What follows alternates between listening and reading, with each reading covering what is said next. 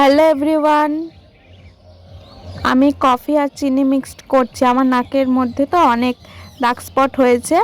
তো আমার দিদি বলল যে চিনি আর কফি মিক্সড করে নাকের ওপরে ডার্ক স্পটটার ওপরে লাগিয়ে রাখতে কিছুক্ষণ।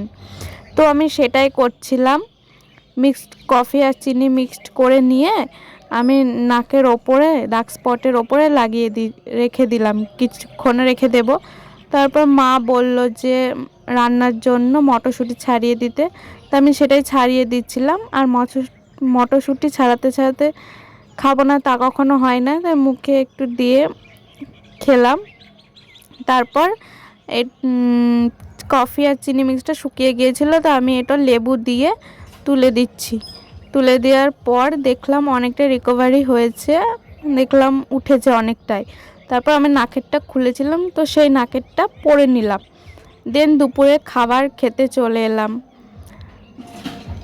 সবাই মিলে আমি মা দুপুরে খাবার